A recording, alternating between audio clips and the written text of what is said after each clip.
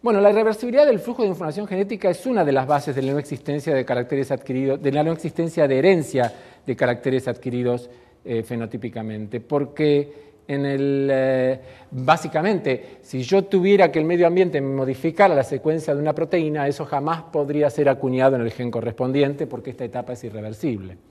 Sin embargo, existen modificaciones epigenéticas del DNA o de la cromatina, son modificaciones que afectan a la estructura de la cromatina, que sí pueden ser heredadas y que no alteran la información genética, pero sí alteran la forma en que esta información puede ser expresada en la generación siguiente. Bueno, los genes no solo codifican proteínas. Dijimos que el genoma no es solo genes, y ahora decimos que los genes no solo codifican proteínas. Hay genes que codifican ARN ribosomal, hay genes que codifican ARN de transferencia, hay genes que codifican ARNs nucleares pequeños que tienen que ver con el splicing, que vamos a ver dentro de un rato. Hay genes que codifican para microARNs que regulan a los genes. Hay genes que codifican para ribosimas, que son ARNs que tienen actividad catalítica, que funcionan como enzimas. Por lo tanto, el dogma de que todas las enzimas son proteínas, pero no todas las proteínas son enzimas, no es cierto, porque hay muchas enzimas que no son proteínas y que son moléculas de ARN. Y es interesante esto porque el descubrimiento de las ribosimas fue hecho independientemente por Thomas Cech y por Sidney Altman en Estados Unidos. Y si uno va a revisar los libros de texto de bioquímica universitarios previos a este descubrimiento, los mejores libros de texto son cautos. Sin ningún conocimiento de que pudiera haber enzimas de otra naturaleza que no fuera la proteica, dicen, por lo que se sabe hasta ahora, todas las enzimas son proteínas. Y esa es otra característica de la ciencia y de la escritura de la ciencia. Es cierto grado de cautela que no permita sacralizar conocimientos, porque ustedes saben que las verdades científicas son transitorias. Y por supuesto que hay núcleos duros, pero esos núcleos duros tampoco hay por qué explicarlos con la certeza mesiánica. Bueno, sobre las ribosimas, el descubrimiento de las ribosimas permitió postular la existencia de un mundo del RNA que el compañero preguntó hace un rato, anterior al de las células con DNA. ¿Y eso por qué? Porque el RNA es la molécula informativa primordial. Se supone que hubo una época en que las células solo tenían RNA, porque el RNA puede cumplir las dos funciones esenciales para la vida, que son la duplicación y transmisión de la información genética, es un ácido nucleico, y la actividad catalítica que permite el metabolismo. Las dos características esenciales de la célula viva son la reproducción y el metabolismo. Entonces, el RNA puede cumplir esas dos funciones. ¿Por qué? Porque puede ser un catalizador, hay ribosimas, y puede ser un informador genético, porque los virus que no son células, por ejemplo, tienen información solo en RNA. Entonces, los especialistas en RNA les gusta decir que el DNA es un subproducto reciente del RNA, y es muy probable que así sea, que el DNA haya sido un derivado secundario más reciente quiere decir hace 3.800 millones de años, del RNA. Y que las proteínas vinieron después, probablemente. El RNA está en el entrecruzamiento de los dos universos y sigue existiendo, obviamente, el RNA, y es motivo de mucho estudio. Esto lo voy a pasar.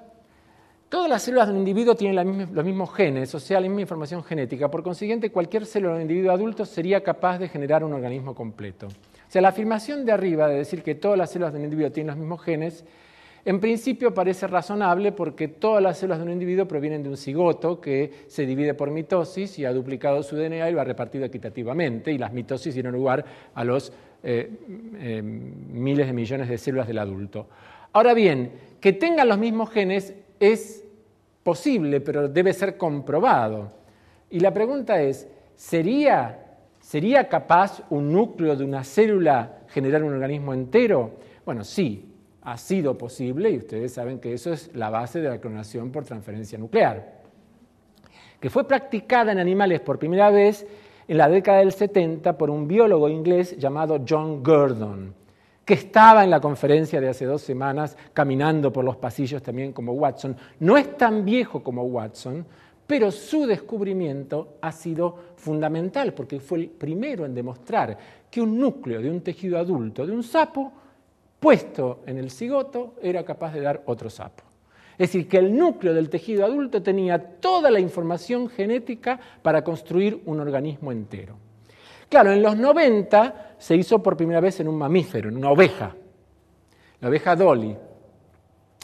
Y los medios se excitaron muchísimo con esto y lo dijeron como si fuera la primera vez que se clonaba un animal. No, es la primera vez que se clonaba un mamífero, lo cual no es moco de pavo, no es poco, pero ya se habían clonado vertebrados como los sapos. Y en ese caso, en todo caso, puesto en el contexto adecuado, obviamente que clonar un mamífero tiene muchas implicancias para la medicina y para la biología respecto de las aplicaciones posibles y de la cura de enfermedades. Pero desde el punto de vista del conocimiento biológico, ya sabíamos que una célula de un adulto era capaz de generar un organismo entero. En el experimento de clonación por transferencia nuclear, que está simplificado y tergiversado acá, porque por empezar a Dolly la hice negra y era blanca, lo que se hace es, de alguna manera, destruir el núcleo de un óvulo y generar un neocigoto por transferencia de un núcleo de un tejido somático. Ese neocigoto, ese cigoto, que es diploide, reimplantado en el útero de una madre adoptiva, da lugar a un organismo entero que es genéticamente idéntico a aquel que donó el núcleo, excepto por el genoma de sus mitocondrias, que ustedes saben, como las mitocondrias se heredan por la línea materna, va a ser el mismo genoma mitocondrial del organismo que donó el óvulo, que donó la célula original. D y B son como si fueran gemelos univitelinos, es decir, tienen los mismos genes, sin embargo, no son coetáneos, no pasaron por el mismo útero materno, no nacieron el mismo día, no fueron criados o educados por el mismo ambiente.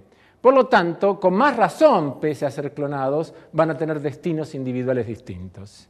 Si se clonaran humanos, cosa que en general estamos todos en desacuerdo, también serían individuos distintos, porque pasarían por úteros maternos, si son el mismo, por lo menos no en el mismo momento, no serían enviados al mismo colegio, no vivirían en la misma época, no mirarían los mismos programas de televisión, no comerían los mismos alimentos, en fin, seguramente tendrían una serie de factores ambientales tan variados que haría que todavía sean mucho más distintos que 2 gemelos univitelinos. Y ya sabemos que los gemelos univitelinos pueden uno votar a la derecha, otro votar a la izquierda, uno gustarle las chicas, el otro gustarle los chicos, o los dos pueden tener, uno le gusta el dulce de leche y otro odia el dulce de leche. ¿Y eso qué quiere decir? Que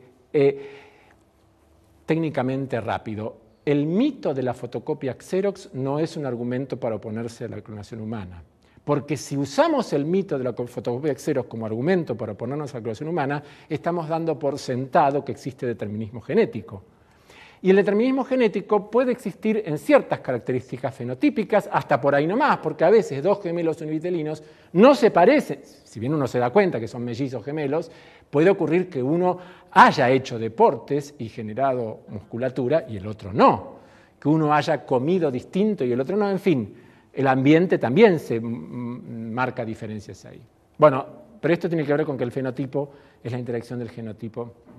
De todas maneras, este evento de transferencia nuclear, tanto en animales como si se practica en humanos, es biológicamente riesgoso porque se sabe que de cada evento de trasplante nuclear hay una cantidad pequeña de eventos que prosigue y que en las que prosigue hay mucha malformación fetal porque hay un problema de imprinting que no puedo explicar ahora, pero tiene que ver con la epigenética, que hace que el núcleo ese trasplantado no resuma exactamente en todos los experimentos de trasplante el programa genético que tiene un cigoto. Por lo tanto, como método de fecundación asistida tampoco sería practicable porque no es técnicamente inseguro, es biológicamente inseguro, es intrínseco a la biología del trasplante de un núcleo somático que tenga un cierto porcentaje de malformación.